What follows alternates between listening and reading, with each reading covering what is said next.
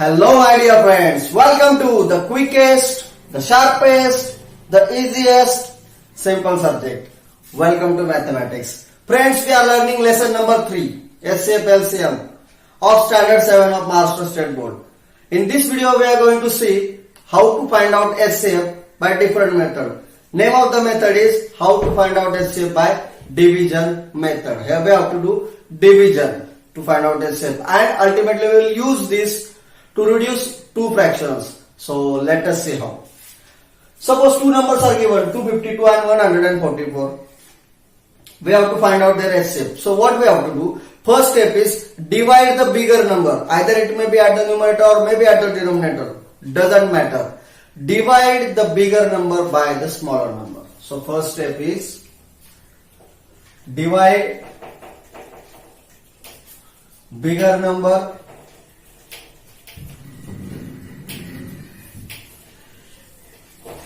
by smaller number. So let's divide the bigger number 252 by 144. 252 divided by 144. Now friends, we can use few tricks or few logic to find out the quotient of such numbers. See, 100 2s are 200, 42s are 80. So its quotient will be, if we multiply 144 by 2, the answer will be greater than 280. But here we have to divide 252. Means quotient 2 is little bit bigger for it. So what will be the quotient? Quotient will be equals to 1. Okay. So let's subtract 144 144 from the given number, minus 144. Okay. So let's subtract it. 12 minus 4 8, 4 minus 4 0, 2 minus 1 1. Okay friends, got it. Now what next step is? Next step is we got one remainder. We have to divide this previous divisor.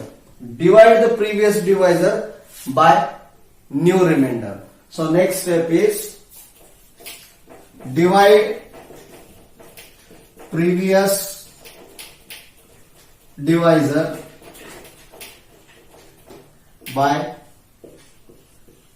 new remainder. Okay, so we will divide this previous divisor 144 by new remainder 108. Okay, once again we will use same logic to find out quotient. 100 2s are 200. So if we multiply this 108 by 2, our answer will be greater than 200, but we have to divide only 144. So 2 will be the bigger quotient. So what is the smaller than 2? 1 will be our quotient. Okay, got it. Now 108 is 108. That we will subtract from this number, minus 108. Clear? So let us see the answer. 14 minus 8 6, 3, 1 minus 1 0. 36 is the remainder. Okay, once again remainder is 36. Now what to do? Once again we have to follow the same step. Divide previous divisor by new remainder. Up to which we have to follow this step until remainder is not equal to 0. We have to continue this step until remainder is not equal to 0. So we will divide this 108 by 36. So let's divide 108 by 36. See students, now we have to decide the quotients. 31s are 30, 32s are 60. There is a lot of difference between 60 and 108. 33s are 90. See, it's again greater than 90. 34s are 120. So 4 may be little bit bigger quotient. So will 3 be our answer? Let us cross check. For that there is no other way. We just have to multiply this 36 by 3. 36 multiplied by 3. 3 6 are 18. 1 is the carry. 3 3 is 9 plus 1 8. Yeah. Means if we will divide this 108 by 3, our quotient will be 108 and remainder will be 0. Clear up to this? So we found the remainder.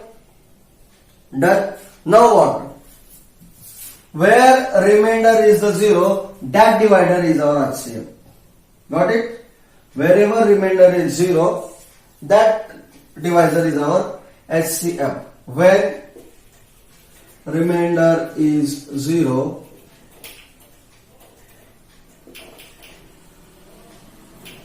write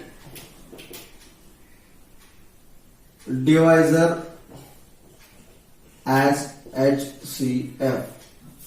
Therefore, HCF of 252 and 144 is equals to 36. Clear up to this? So here we use division method to find out HCF between 252 and 144. Okay friends, suppose in question it is mentioned that write this fraction into reduced form. Then we have to write this fraction into reduced form. Let us see how. HCF is 36, means these two numbers are divisible by 36.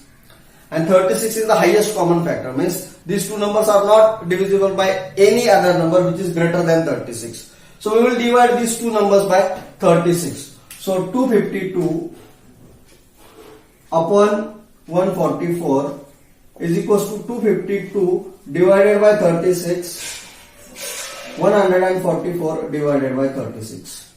This is the rough part.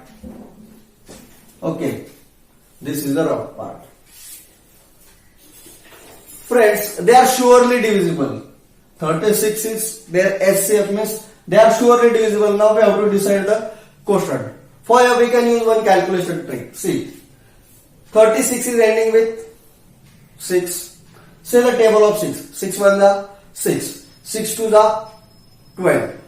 So at the end of 252 also 2 is there. So 36 2 the maybe our potential answer, but 32 is 60, so it will be very less with compared to 252. So let's continue again. 6 3 is 18, at the end 8. 6 4 is 24, ending with 4. 6 5 is 30, ending with 0. 6 6 is 36, ending with 6. 6 7 is 42. Means 7 may be the answer. Either 2 or 7. 2 is too small because 36 2s are maybe 60 and more than that 70, around 70. So we will see if 7 is the answer. How we will check 7 is the answer or not? We will use same method. We will multiply this 36 by 7. 36 multiplied by 7 will be 7 6 is 42, 4 is the carry, 7 3 is 21 plus 4 25. Yeah, means if we will divide 252 by 36, our answer will be 7. Clear? Similarly now 144 upon 36. 6 1 is 6, ending with 6. 6 2 is 12, ending with 2. We want at the end 4. 6 3 is 18, ending with 8. 6 4 is 24, ending with 4. So 4 will be the potential answer. Let us check. 36 multiplied by 4. 4 6 is 24. 2 is the carry. 4 3 is 12 plus 2, 14. Yeah. 144. If we will divide it by 36, answer is equals to 4. Means this 252 upon 144, we can write it in reduced form as 7 upon 4. Clear friends? I think it will be much more clear with one more example. So let us see next example, 76 upon 133. What is our system? We have to divide bigger number by smaller number.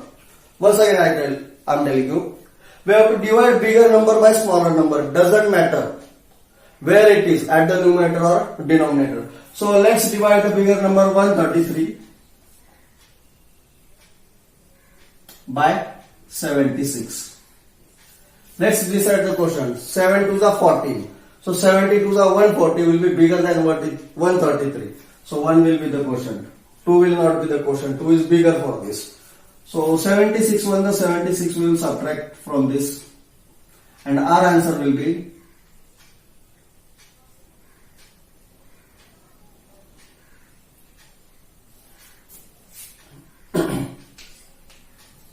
30 minus 6 7, 12 minus 7 5, 57. Clear? Now what is the next step? Divide previous divisor by new remainder.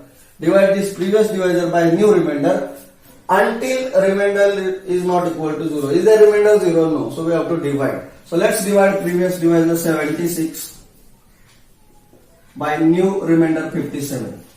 51 the 50, 52 the 100, 100 is greater than 70. So 2 is not the quotient, smaller than 2 is 1, 1 is the quotient. Let's subtract 57.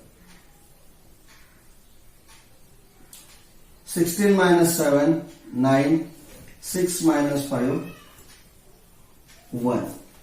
Is remainder 0? No. So what we have to do? Divide previous divisor by new remainder until remainder is not equal to 0. Let's divide this previous divisor 57 by this new remainder 19. And answer is 19 3 is 57 minus 57. Remainder equals to 0. When remainder is 0, write divisor as HCF. Remainder is 0. What is the divisor? 19. So HCF is the 19. Therefore, HCF is equals to 19. HCF of 76 and 133 is equals to 19. Okay? And if in question it is mentioned, write the fraction in reduced form. Then only we have to follow the next steps of dividing those by HCF. Otherwise, if question is asked as write only HCF, up to this step it is enough. So let's divide this 76 and 133 by 19. 76 upon 133 is equal to 76 divided by 19 upon 133 divided by 19. I hope you know the table of 19, right? Otherwise, use this trick. 9 1 is 9, ending with 9. 9 2 is 18. Here, this number is ending with 6. So we want 6 at the end. 18 is ending with 8. 9 3 is 27, ending with 7. 9 4 is 36, ending with 6. So 4 may be the potential answer. Let us see. 19 multiplied by 4. 9 4 is 36. 3 is the carry. 4 9 is 36, 3 is the carry. 4 1 is 4, 4 plus 3 7. Yes, 76 is there. Means if we divide 76 by 19, answer will be equals to 4. Now here this number is ending with 3. Let us see the number in the table which is ending with 3. 9 1 is 9. 9 2 is 18. 9 3 is 27. 9 4 is 36.